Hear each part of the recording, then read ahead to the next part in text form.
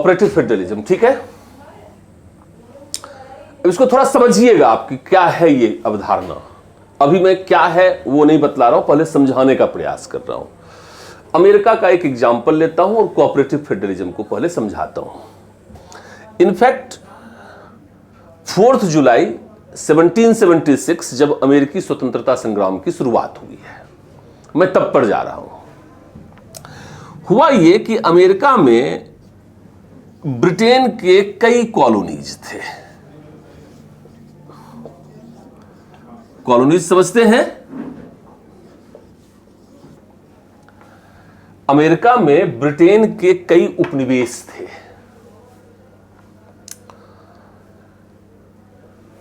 और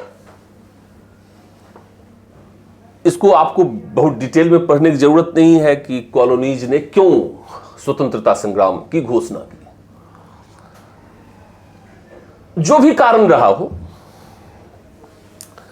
4 जुलाई फिलाडेल्फिया सम्मेलन हुआ।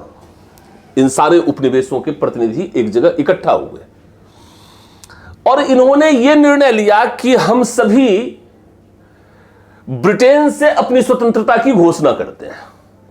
तो थोड़ा समझिएगा, जैसे ही इन्होंने ब्रिटेन से स्वतंत्रता की घोषणा की तो ये स्वतंत्र हो गए ना, और जैसे ही स्वतंत्र होंगे वैसे ही संप्रभु भी हो गए। मेरी बात समझ रहे हैं या नहीं समझ रहे हैं? जैसे ही स्वतंत्र होंगे ये सॉवरेन स्टेट हो गया ना, तो प्रत्येक स्टेट सॉवरेन हो गया, संप्रभु हो गया। अब इन लोगों ने यह डिक्लेयर किया कि चूंकि हमें ब्रिटेन से लड़ना है और हम सब लोगों का कॉमन एनिमी एक ही है, इसीलिए हम सब लोग मिलकर एक सरकार बनाते हैं। जो सरकार संघ सरकार कहलाएगा, फेडरल गवर्नमेंट, जो कॉमन गवर्नमेंट होगा। सारे कॉलोनीज के रिप्रेजेंटेटिव्स ने मिलकर यह डिसाइड किया कि हम सब लोग मिलकर एक कॉमन गवर्नमेंट बनाते हैं। एक तो हमारा सेपरेट गवर्नमेंट स्टेट लेवल पर होगा, यहां पर क्या होगा? State government. लेकिन अभी जो है, जब तक वार चलता है तब तक हम लोगों का एक कॉमन गवर्नमेंट भी होगा जो फेडरल गवर्नमेंट कहलाएगा, और हम सब मिल करके ब्रिटेन को डिफीट करेंगे, पराजित करेंगे। 1776 से लेकर 1783 तक अमेरिका और ब्रिटेन के बीच युद्ध चलता रहा। जॉर्ज वाशिंगटन के लीडरशिप में इस युद्ध में अमेरिका को विजय मिली। अब इन्होंने अपना संविधान बनाने का निर्णय किया। बोला कि ये जो व्यवस्था जो युद्ध के समय चल रही थी, राज्य स्तर पर राज्य सरकारें काम कर रही थी और सब लोग मिल करके एक कॉमन गवर्नमेंट के रूप में, फेडरल गवर्नमेंट के रूप में काम कर रहे थे। तो युद्ध वाली जो व्यवस्था थी हमारी, हम चाहते हैं कि हमारा यह सहयोग बना हुआ रहे और हमारी एक सरकार जो है एक संघीय स्तर पर हो और एक राज्य स्तर पर हो। विषय को बांट लिया गया कि संघ स्तर पर जो सरकार होगी वह इस विषय में निर्णय लेगी और राज्य स्तर पर जो सरकार रहेगी वह इस विषय पर निर्णय लेगी। मेरी बात क्लियर है? इन सब के प्रतिनिधि यहां पर शामिल होते हैं संघ सरकार के स्तर पर, और सब लोग मिलकर के निर्णय लेते हैं सहयोग से संघीय स्तर पर, और स्वतंत्र रूप में अपने अपने राज्य स्तर पर राज्य से संबंधित विषयों पर स्वतंत्रता पूर्वक निर्णय लेते हैं। अर्थात राज्य सरकार और संघ सरकार के मध्य सहयोग के आधार पर ही संघीय शासन व्यवस्था कार्य करता है। इसका मतलब यह है कि सहकारी संघवाद की जो अवधारणा है उसके अंतर्गत जो संघीय शासन की अवधारणा है, संघीय शासन के अंतर्गत केंद्र और राज्य के मध्य सहयोग के आधार पर ही संघीय शासन व्यवस्था को स्थापित किया गया है। चूंकि यहां पर दो सरकारें होती हैं, इसलिए दोनों सरकारों के मध्य निकट और निरंतर सहयोग होता है और उस सहयोग के आधार पर ही संघीय सरकार कार्य करती है। अर्थात संघीय शासन की अवधारणा के अंतर्गत सहयोग मूलभूत तत्व है जिसके आधार पर संघीय सरकार कार्य करती है। अर्थात संघीय सरकार सहकारी संघवाद की अवधारणा पर आधारित है। इतनी बात स्पष्ट है। इंट्रोडक्शन जो इसका होगा, उस इंट्रोडक्शन में ही आप ये बात लिख देंगे।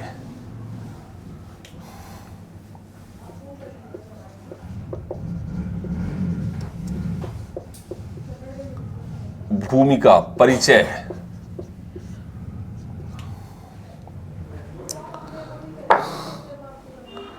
कि संघीय शासन के अंतर्गत सहयोग मूलभूत तत्व है।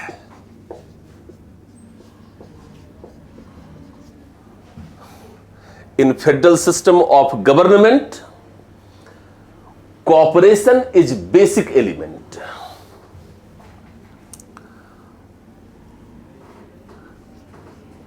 बिना सहयोग के संघीय शासन व्यवस्था सफलतापूर्वक कार्य नहीं कर सकता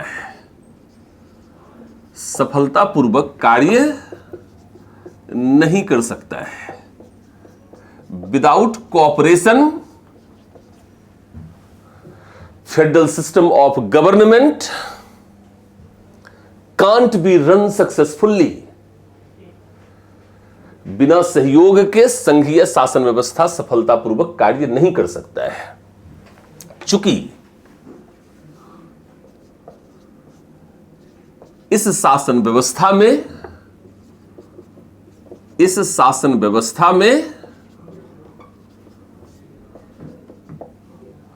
चूंकि इस शासन व्यवस्था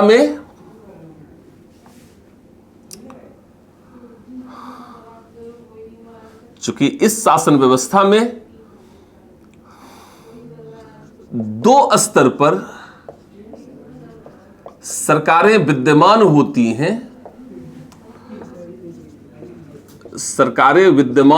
हैं और स्वयं संविधान के द्वारा इनके बीच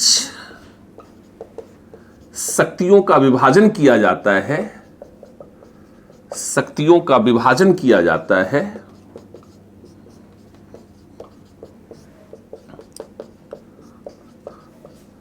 इसलिए दोनों के मध्य सहयोग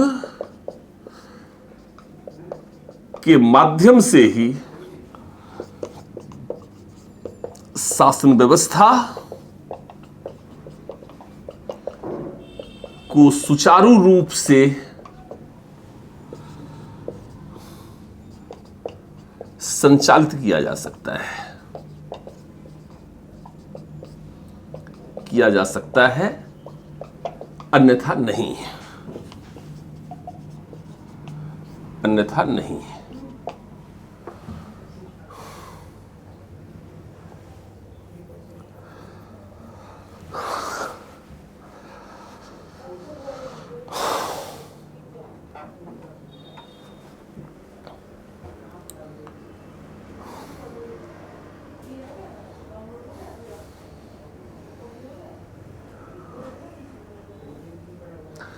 भारत की शासन व्यवस्था भी चूंकि संघात्मक शासन व्यवस्था है,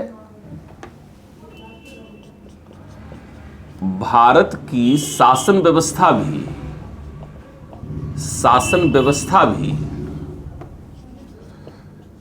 चूंकि संघात्मक शासन व्यवस्था है,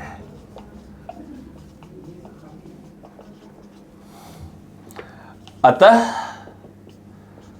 भारतीय संविधान तथा राजव्यवस्था के अंतर्गत विभिन्न प्रावधानों, संस्थानों व परंपराओं के माध्यम से केंद्र व राज्य के मध्य सहयोग की स्थापना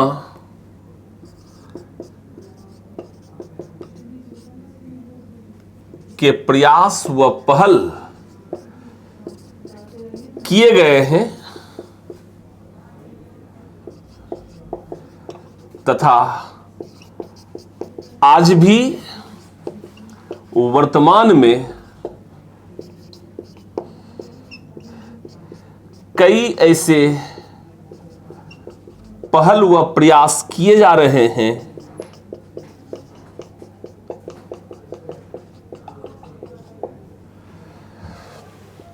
ताकि केंद्र व राज्य के मध्य सहयोग को प्रोत्साहित किया जा सके, इंग्लिश में कहां तक दिखाया है?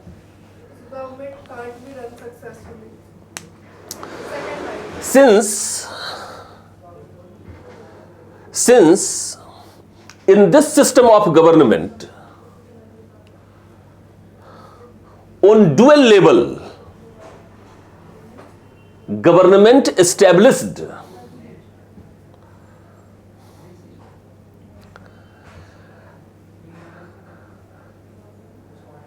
and constitution itself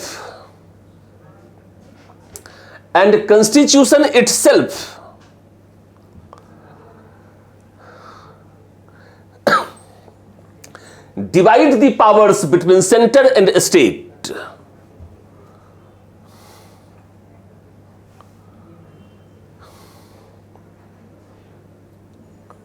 Therefore,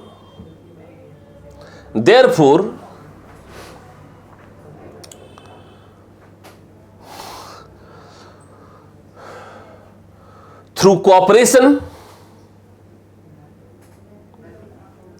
between center and state, system of government operated properly.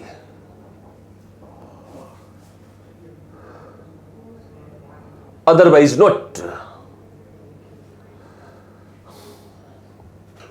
एक बार तब तक आप लोग पढ़िए इसको हिंदी में, इसको दिमाग में बसाइए, अगर नहीं समझ में आ रहा है तो मुझसे पूछिए।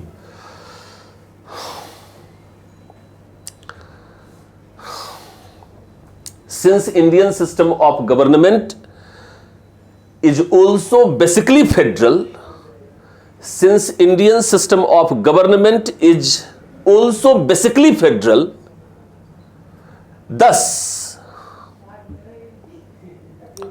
thus in constitution and in political system, through various provisions, institutions, traditions,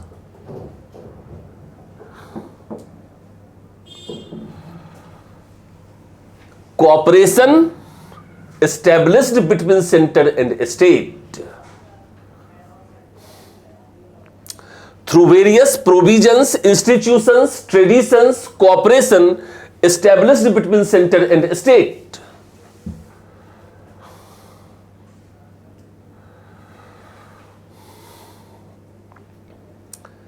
Even in present, there is many initiatives, efforts through that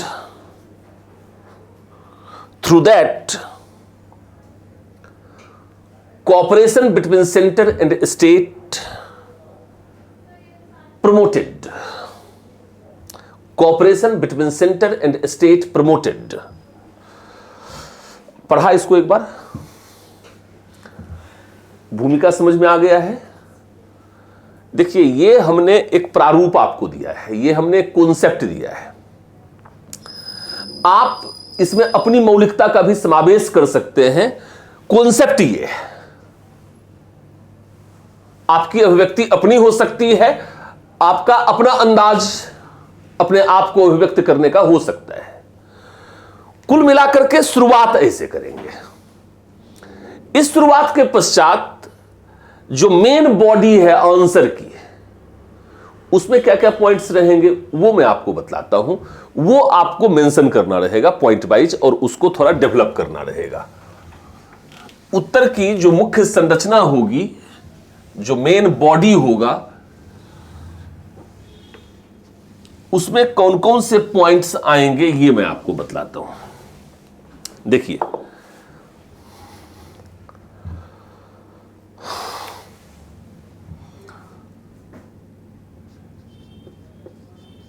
केंद्र व राज्य के मध्य सहयोग को स्थापित व विकसित करने के लिए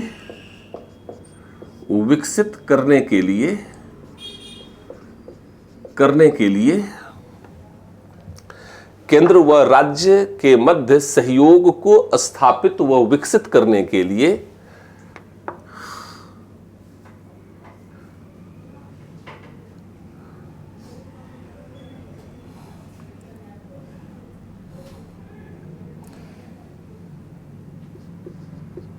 द्विस्तरीय प्रयास किए गए हैं।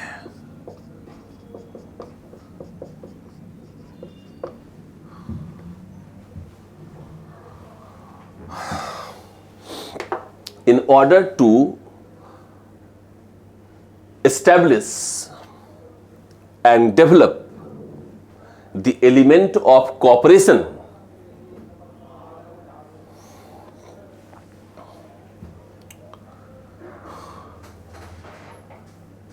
there is dual efforts.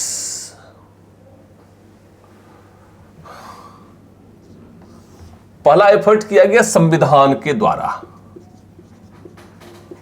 संविधान के विभिन्न प्रावधानों के माध्यम से, विभिन्न प्रावधानों के माध्यम से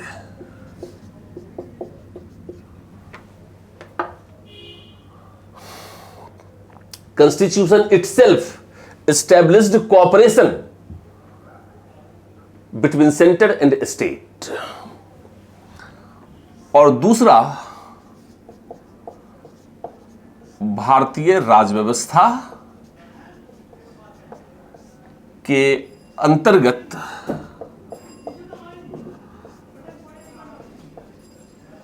विभिन्न पहल व प्रयास।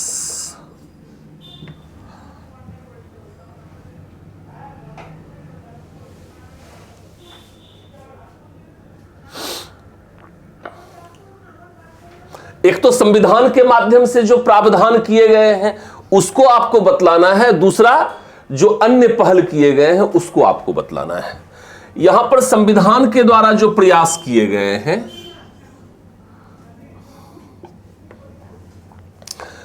उसमें आपको आर्टिकल 258 ए को बतलाना है, आर्टिकल 263 को बतलाना है, मुख्य रूप में। दूसरी बात,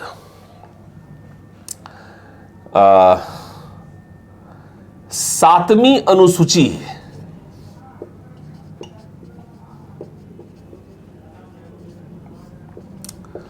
में समवर्ती सूची के माध्यम से आपको यह बात बतलाना है। एक तो ये पॉइंट रहेगा, एक दूसरा ये पॉइंट रहेगा। एक पॉइंट तो ये है बेसिकली, दूसरा पॉइंट ये है बेसिकली आर्टिकल 263। ये क्या है? इंटर स्टेट काउंसिल, अंतरराज्यीय परिषद।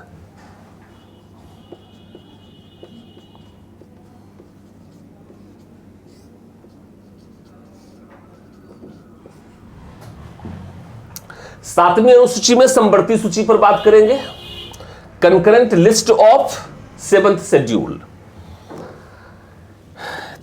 तीसरा यहां पर आर्टिकल 280 की बातचीत करेंगे और चौथा यहां पर आर्टिकल 292, 293 पर बातचीत करेंगे।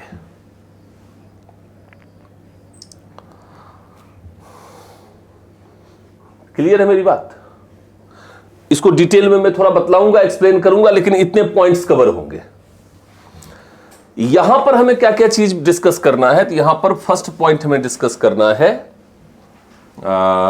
जोनल काउंसिल, क्षेत्रीय परिषद। दूसरा क्या डिस्कस करना है? एनडीसी, राष्ट्रीय विकास परिषद, नेशनल डेवलपमेंट काउंसिल। तीसरा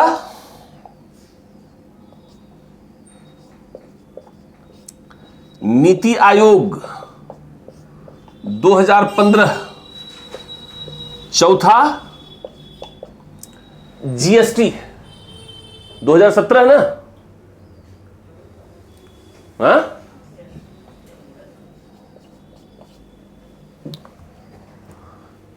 पांचवा 14वें वित्त आयोग की सिफारिशें। और छठा जो है पॉइंट रहेगा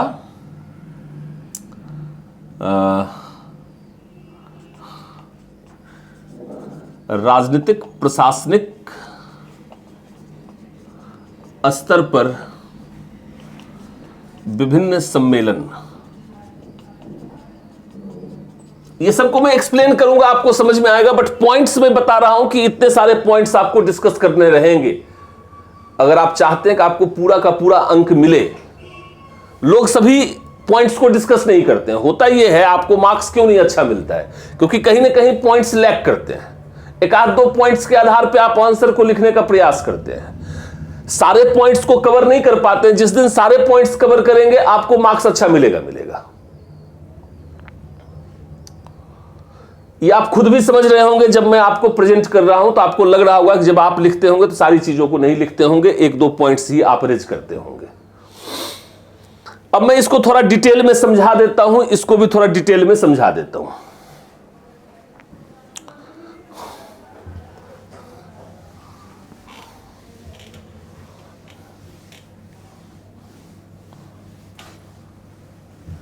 लिखना आपको है, मैं आपको सिर्फ थोड़ा समझाता चला जाता हूं कि आपको क्या लिखना है। सबसे पहला पॉइंट जो हमने दिया था वह दिया था आर्टिकल 258 एंड आर्टिकल 258A। इसको समझना चाहते हैं आप? ठीक है, तो मेरे एक प्रश्न का उत्तर आपको देना होगा। अगर मैं आपसे ये कहूं कि क्या आप मुझे एक गिलास पानी लाकर पिला सकती हैं, तो आप क्या उत्तर देंगे? Yes sir. इसके बाद आप मुझसे कोई काम कहिए कि सर आप ये काम कर सकते हैं, तो चूंकि आपने हमारा सहयोग किया इसलिए हम भी आपका सहयोग करेंगे। म्यूचुअल अंडरस्टैंडिंग के आधार पर। आर्टिकल 258 कहता है कि सेंट्रल गवर्नमेंट अपना कोई ड्यूटीज गवर्नर के कंसेंट से स्टेट को दे देगा और स्टेट उसको कंप्लाई कर लेगा। मेरी बात समझ में आई या नहीं आई? अनुच्छेद 258 यह कहता है कि केंद्र सरकार अपने कर्तव्यों को, उत्तरदायित्वों को राज्य सरकार के परामर्श से या राज्यपाल के परामर्श से राज्य सरकार को सौंप देगा या सौंप सकता है। तो सेंट्रल गवर्नमेंट ने अपना ड्यूटी जो है वह स्टेट गवर्नमेंट को सौंप दिया है।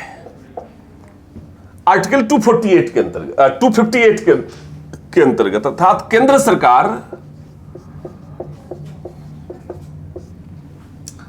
राज्यपाल की सहमति से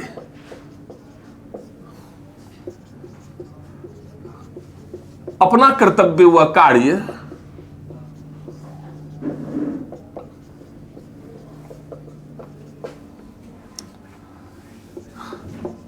राज्य सरकार को सौंप सकता है।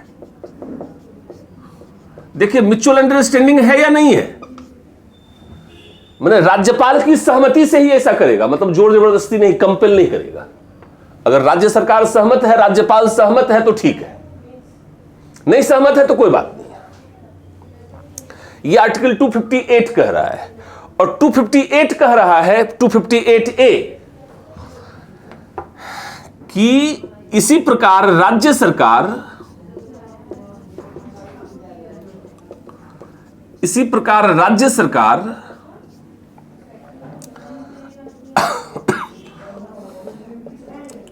अपना कर्तव्य व उत्तरदायित्व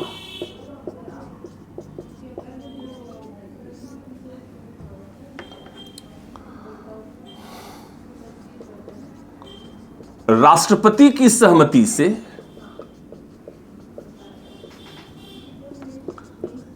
केंद्र सरकार को सौंप सकता है।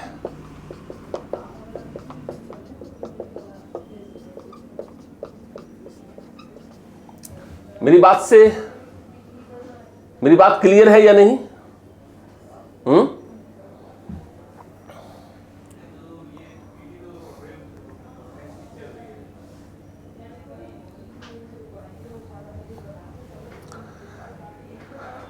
Under the provision of article 258, ऐसे तो इसको आप डायरेक्टली बेयर एक्ट से पढ़ लीजिएगा, आपको मिल जाएगा प्रॉपर इंग्लिश, बट मैं समझाना चाह रहा हूं कि under the provision of article 258 central government can give its duties, functions और responsibility to states with consent of governor,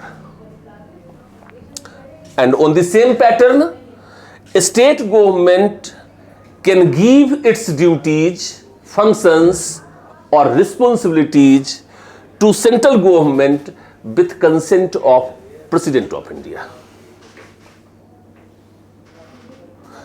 ये जो भी होगा वो आपसी सहमति से होगा, राज्यपाल की सहमति से और राष्ट्रपति की सहमति से, दबाव का कोई तत्व नहीं। आर्टिकल 258 और आर्टिकल 258A के माध्यम से केंद्र और राज्य सरकार के बीच सहयोग की स्थापना करने का संवैधानिक प्रयास किया गया। और इस संदर्भ में सबसे महत्वपूर्ण पॉइंट जो है वह है आर्टिकल 263 इंटर स्टेट काउंसिल, जो केंद्र और राज्य के बीच विवादों के समाधान के एक संवैधानिक तंत्र को स्थापित करता है।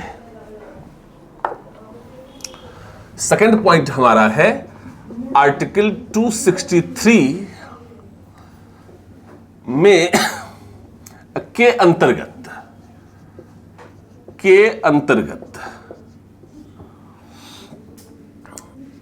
एक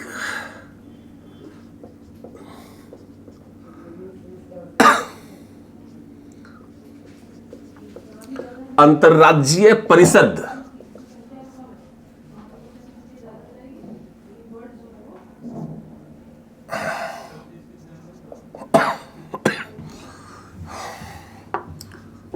को स्थापित किए जाने का प्रावधान है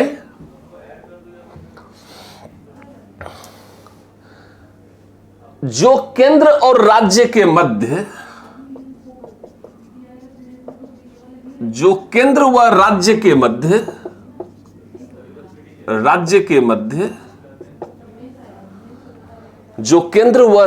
मध्य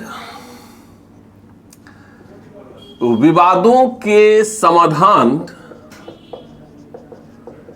के लिए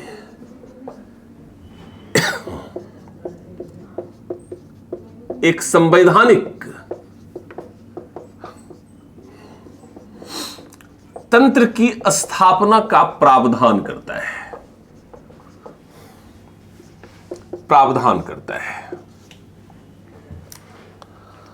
Under the provision of Article 263,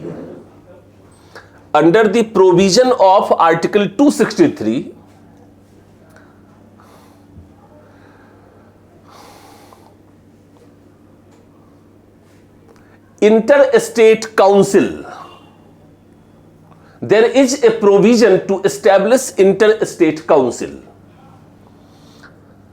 Under Article 263, there is a provision to establish Interstate Council.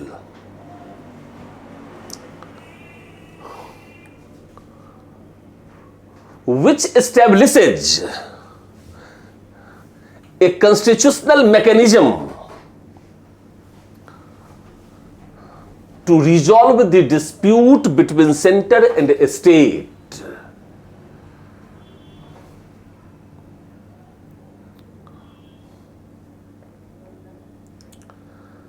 यह एक ऐसे राष्ट्रीय मंच के रूप में कार्य करता है। यह एक ऐसे राष्ट्रीय मंच के रूप में कार्य करता है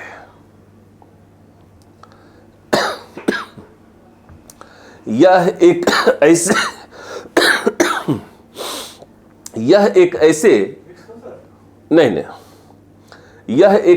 राष्ट्रीय मंच के रूप में कार्य करता है। यह एक ऐसे राष्ट्रीय मंच के रूप में कार्य करता है जो केंद्र और राज्य के मध्य राष्ट्रीय सहमति का विकास करता है।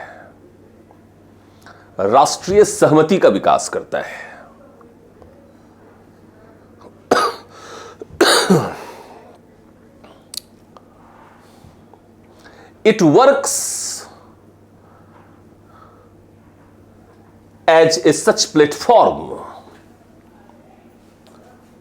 It works as a such platform through which a national consensus developed between center and state.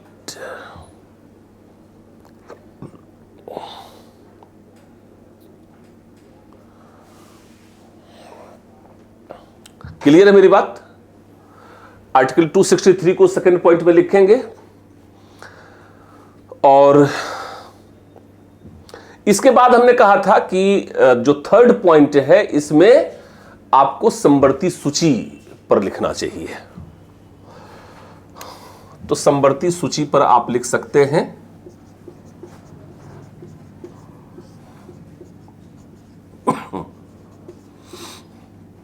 Concurrent list.